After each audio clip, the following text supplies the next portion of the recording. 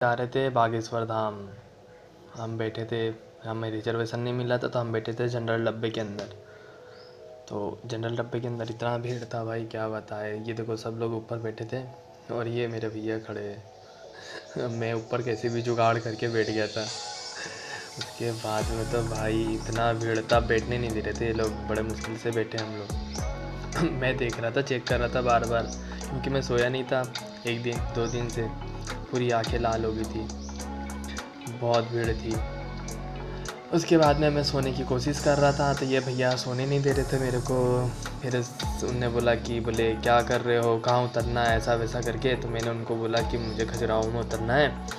तो बोले ठीक है। बोले भाई साहब जनरल में लाइन लगा रहे, देखो लाइन लगा रहे सब। भाई इतना भीड़ था ना क्या बताए। ये देखो भैया अभी भी सोई है। भाई साहब बहुत भीड़ है। यहाँ फिर हम उतर गए थे। इतने सारे लोग हैं।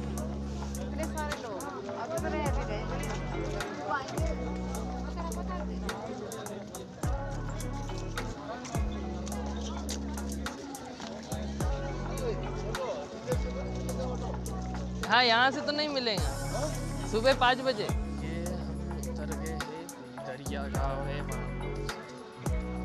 मेरे को बोलते नहीं आ रहा, कैसे बोलते। और पता नहीं है कोई गाँव में जाना है वहाँ जाना है। क्या तो खजुराहो ही स्टेशन है, उसका स्टॉप है, यहाँ नहीं है उसका स्टॉप। वो तो यहाँ उतर रुक गई है वो।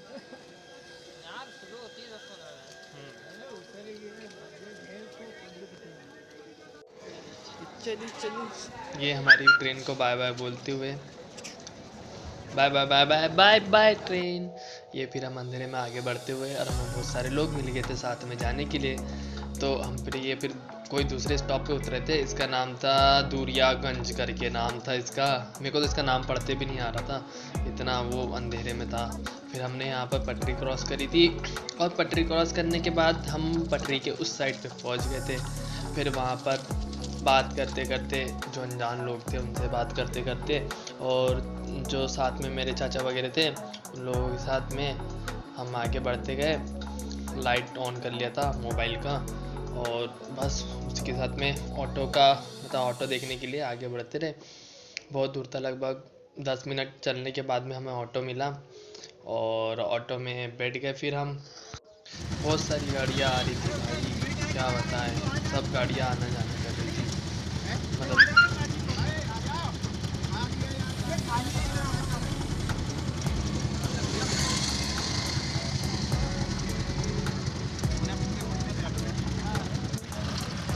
बहुत मतलब लग ही रहा था कि बहुत भीड़ है यहाँ पर। मैं थोड़ा सा डिंग मारते हुए देख रहा था कैसा दिख रहा हूँ, क्योंकि नींद नहीं हुई थी तो टाइम पास कर रहा था जैसे तैसे। सोच रहा था कब पहुँचेंगे करके। एक तो ऑटो वाला भी ऑटो नहीं चला रहा था।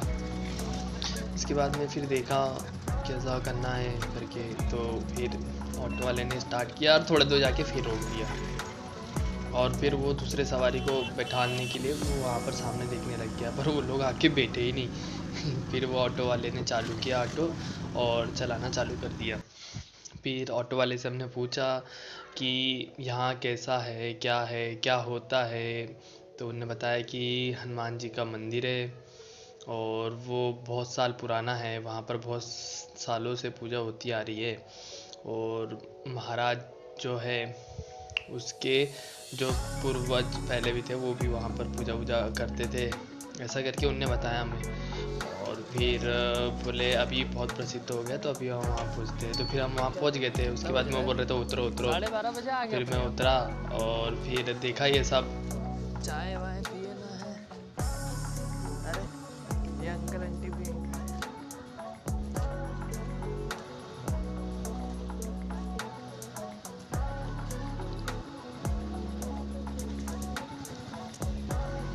उधर ये एक खेड़ा है, खेड़ा है, ये ज्यादा प्रसिद्ध हो गया था, वो ये खेत में बड़ा बन गया। दुकानों का क्या है सब ये बन जाएंगे। सब देखना, अभी होटल होटल बनेंगे यहाँ पर।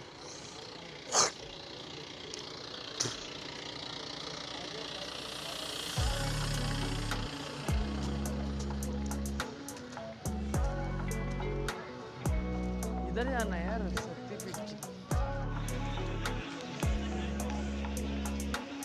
ये मेन गेट है जहाँ से इंटर होते हैं।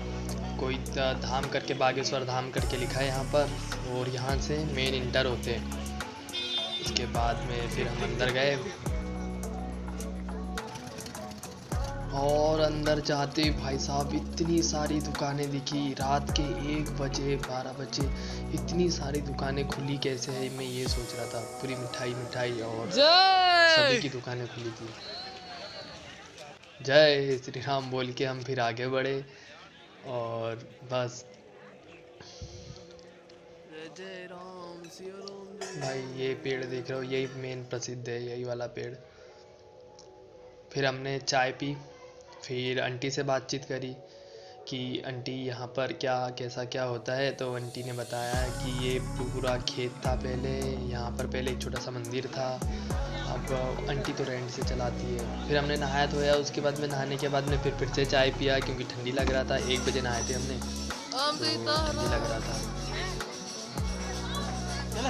फिर हम पहुँच गए उसके मेन गेट पे, दरबार के मेन गेट पे। वहाँ पर हमने पैर पड़े और उसके बाद में परिक्रमा करना चालू करा था हमने।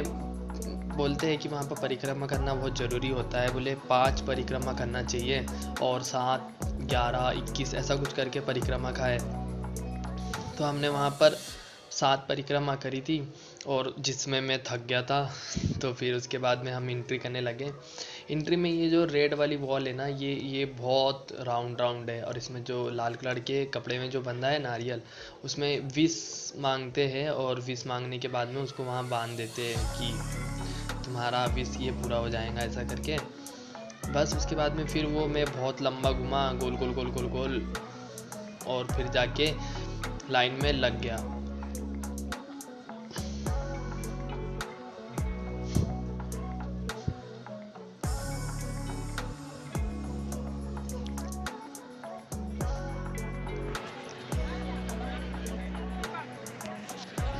इतना भीड़ था भाई कि क्या बताएं। 4 बजे उसका दरबार खुलता है शायद, 4 बजे। तो 4 बजे के बाद से ही एंट्री चालू होती है। तब तक के हम पहुंच गए थे 3 बजे 2:30 बजे, तब तक के हम खड़े थे वहाँ पर।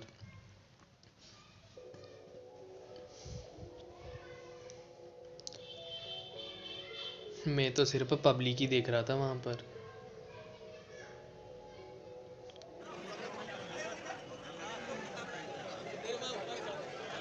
ये बम्बू बीच में लगा देते, आधे लोग उधर स्प्लिट हो जाते, आधे लोग इधर स्प्लिट हो जाते, ताकि भीड़ ना बढ़े।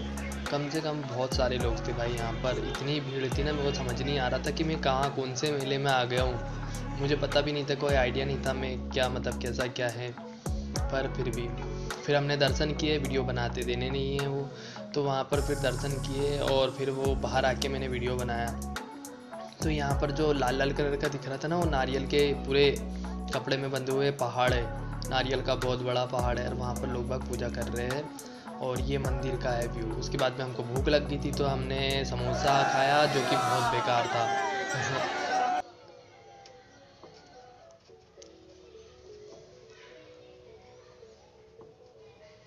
यहाँ पर ये भीड़ जय श्री राम बोलने के साथ में आगे बढ़ती हुई, और बहुत भीड़ थी। सुबह होते होते तक के तो बहुत भीड़ हो गई थी, इतनी भीड़। फिर उसके बाद में ये प्रसाद के लिए लाइन लगी थी, क्योंकि इतनी लाइन रात में लगा चुके थे, तो यहाँ पर फिर लाइन में हम खड़े नहीं हुए, और फिर इसलिए हम चल पड़े खजुराहो के लिए। खजुराहो का मंदिर घूमना था हमें, तो हम फिर खजुराहो के लिए एक ऑटो पकड़ा, और ऑटो में सामने बैठ के चल पड़े। फिर भैया से पूछा खजुराहो के बारे में क्या। एक टोल पड़ा, भैया ने टोल टैक्स दिया नहीं, क्योंकि भैया का ऑटो है, ऑटो में बोले टोल टैक्स लगता नहीं है। मुझे अभी पता चला, कल मिलते।